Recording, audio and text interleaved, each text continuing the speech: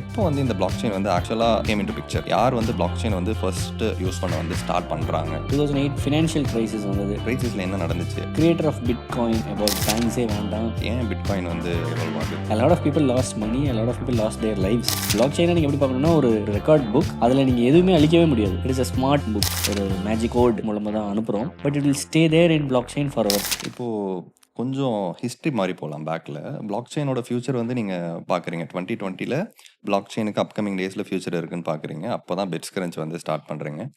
அந்த இப்போது இதோட ரிவர்ஸில் போகலாம். எப்போ வந்து இந்த பிளாக் செயின் வந்து ஆக்சுவலாக கேம் இன்டு பிக்சர்? யார் வந்து பிளாக் செயின் வந்து ஃபர்ஸ்ட்டு யூஸ் பண்ண வந்து ஸ்டார்ட் பண்ணுறாங்க அப்படின்ற மாதிரி எங்கெங்கெல்லாம் யூஸ் பண்ணலாம் பிளாக் செயினை ஜென்ரலாக? ஸோ பிளாக் செயின்ங்கிறது வந்து 2008 ஃபினான்ஷியல் கிரைசிஸ் வந்தது.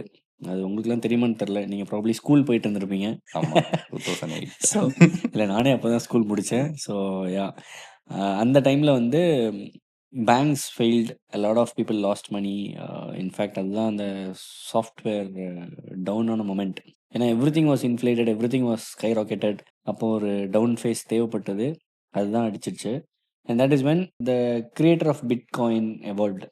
2008ல் பப்ளிஷ் பண்ணுறாங்க, ஒரு அக்டோபரில் பிட்காயினோட ஒயிட் பேப்பர்னு பப்ளிஷ் பண்ணுறாங்க, டீசென்ட்ரலைசிங் த ஃபினான்ஸ் அப்படின்னு. அதாவது பேங்க்ஸே வேண்டாம், peer to peer, Agnel to Vijay, நானே என்கிட்ட இருக்கிற காசை அவனுக்கு அனுப்பிக்கிறேன், எனக்கு எதுக்கு பேங்க்னு ஒரு மிடில் மேன். இதுக்கு ரீசன் வந்து 2008ஓட அந்த கிரைசிஸ். crisis. இன்னும் சிம்பிளாக அந்த கிரைசிஸில் என்ன நடந்துச்சு? ஏன் பிட்காயின் வந்து அங்கே எவால்வ் ஆகுது? ஏன்னா நிறையா பேங்க்ஸ் ஃபெயில் ஆகுது. உங்களுக்கு நீங்கள் கஷ்டப்பட்டு யூஎஸில் பர்டிகுலர்லி நிறைய பேங்க்ஸ் ஃபெயில் ஆகுது. நீங்கள் கஷ்டப்பட்டு சேர்த்து உங்கள் படிப்புக்கு, எஜுகேஷனுக்கு, இல்லை கல்யாணத்துக்குன்னு சேவ் பண்ணி வச்சிருக்கிற ஒரு 5-10 lakhs 20 lakhs நீங்கள் பேங்க் அக்கௌண்ட்டில் வச்சுட்டு தூங்கிட்டு இருக்கீங்க. எந்திரிச்சு பார்த்தா அந்த பேங்க்ஸ் ஜப்தி ஆயிடுச்சு, திவால் ஆயிடுச்சு, உங்களுக்கு 20 லட்சமும் கிடையாது அப்படின்னா உங்களுக்கு எப்படி இருக்கும்? a lot of people lost money, a lot of people lost their lives அந்த டைமில். They also lost trust, I guess. Trust in the banking system. And that is when சட்டோஷி Nakamoto அப்படிங்கிற எய்தர் ஒரு சிங்கிள் மேனா இல்லை ஒரு group of பீப்புளான்னு இன்ன வரைக்கும் தெரியல, இது the bitcoin released bitcoin white paper. 2009ல் தான் ஃபஸ்ட்டு பிளாக் நடக்குது. அந்த பிளாக் செயினாலே ஒரு செயின் ஆஃப் பிளாக்ஸ் மாதிரி. ஃபஸ்ட்டு பிளாக் 2009ல் தான் ரிலீஸ் பண்ணுறாங்க, 8ல் பப்ளிஷ் பண்ணுறாங்க பேப்பரை. அந்த ஒயிட் பேப்பர்லேயே எழுதியிருக்கிறது என்னென்னா, பேங்க்ஸ்க்கு நாங்கள் அகெயின்ஸ்டாக தான் இருக்கிறோம் தான் அவங்க ஆரம்பிக்கிறாங்களே.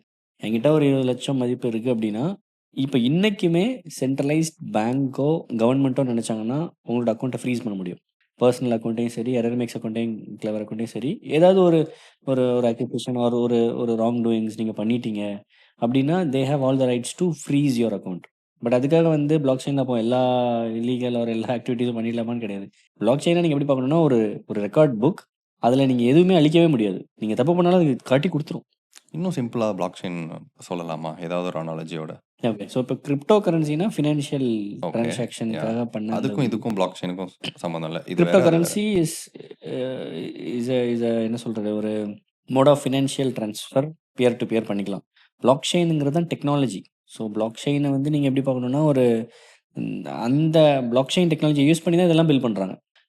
இப்போ இந்த Web 1, Web 2, Web 3ன்னு கூட சொல்கிறாங்க இல்லையா? இப்போ Web 1னா ரீட் ஒன்லி புக் மாதிரின்னு வச்சுக்கோங்களேன். அந்த காலத்தில் அந்த எல்லோ பேஜஸ்லாம் உங்களுக்கு தெரியுமா? Static pages. இல்லை, அந்த ஃபோன் புக்குன்னு சொல்லுவாங்க. ஓகே. ஒரு டயல் பண்ணுற ஃபோன் இருக்கும், ஹோட்டல் ரிசப்ஷன்ஸ்லாம் இருக்கும் இல்லையா? நோட் மெயின்டைன் பண்ணுவாங்க. இல்லை, அதில் வந்து ஃபோன் நம்பர்ஸ் மெயின்டைன் பண்ணுவாங்க. இப்போ இவரோட ஆக்னலோட ஃபோன் இது, எஸ்எஸ் ட்ரேடர்ஸ், இல்லை இவங்க சிஎஸ்கே அப்படின்னு நிறைய நம்பர்ஸ் இருக்குதுன்னா, அந்த நம்பர்ஸ்லாம் நீங்கள் அழிக்கவே முடியாது. You cannot change, it is just a read only. ஒரு நியூஸ் பேப்பரே வச்சுக்கோங்க, ரீட் ஒன்லி தான். நீங்கள் நியூஸ் பேப்பரில் போயிட்டு எழுதியே இதை ஏன் இப்படி தப்பாக போட்டிருக்க அப்படின்னு எழுத முடியாது, திரும்ப மாற்ற முடியாது. அவங்களே நாங்கள் இது இப்படி தப்பாக போட்டுட்டோம், அதுக்கு நாங்கள் வருந்துகிறோம் அப்படின்னு போட்டால் தான் உண்டு. இல்லைனா நியூஸ் பேப்பரில் போட்டால் தான் மக்கள் நம்பி ஆகணும். It is a printed one, it is a one way communication. அதான் Web 1. ஓகே. Web 2னா நீங்கள் you can share your opinions. அதுதான் இந்த ஃபேஸ்புக், இன்ஸ்டாகிராம், யூடியூப், இந்த எரா. எடிட்டபிள் கான்டென்ட்னு சொல்லுங்கள். நீங்கள் தப்பாக போட்டிருக்கான், இப்போ ஒருத்தன் தப்பாக பேசுகிறான்னா நம்ம ஒப்பீனியனே நான் ஷேர் பண்ணலாம், நம்ம ஒப்பீனியனே ஷேர் பண்ணலாம். people will comment down in this pod, அது மாதிரி. எக்ஸாக்ட்லி. இப்போ இந்த கமெண்ட் கீழேயே நான் ஏதாவது தப்பு பண்ணிட்டேன்னா தப்புன்னு சொல்லுவாங்க. ஓகே. கரெக்டாக பேசியிருக்கேன்னா கரெக்டாக பேசியிருக்கேன்னு சொல்லுவாங்க. So you can see all sorts of good and bad under this, right? Web 3ங்கிறது you own the platform. Okay. It is a smart book அப்படின்னு கூட வச்சுக்கோங்களேன். ஸ்மார்ட் அண்ட் நான் எரேசபிள் புக்குன்னு வச்சுக்கோங்க. அந்த நான் எரேசபிள் புக் அதுதான் Web3, blockchain. அதுதான் block chain. அதுதான் பிளாக் செயின். ஸோ இங்கே எப்படின்னா யார் வேணா என்ன வேணா பண்ணலாம். நான் உங்களுக்கு பணம் அனுப்பலாம், போலாம். At the end of the day Agnel has sent money to விஜய்ன்னு தெரியாது. Because it is peer to peer ஒரு ஒரு மேஜிக் கோட் மூலமா தான் அனுப்புறோம். But it will stay there in black chain forever. 10 வருஷம் கழிச்சு கூட அந்த பர்ட்டிகுலர் வாலெட் அட்ரஸ் ஆக்னலோடது அப்படின்னு நீங்க எங்கேயாவது டிக்ளேர் பண்றீங்க, இல்ல காமிக்கிறீங்க அப்படின்னா, "ஓ! நீங்க 8 வருஷம் முன்னாடியே விஜய் பிரவீனுக்கு வந்து ஒரு $10 அனுப்பியிருக்கீங்களா? பிளாக் செயின்ல" அப்படின்னு நம்மளால பார்க்க முடியும்.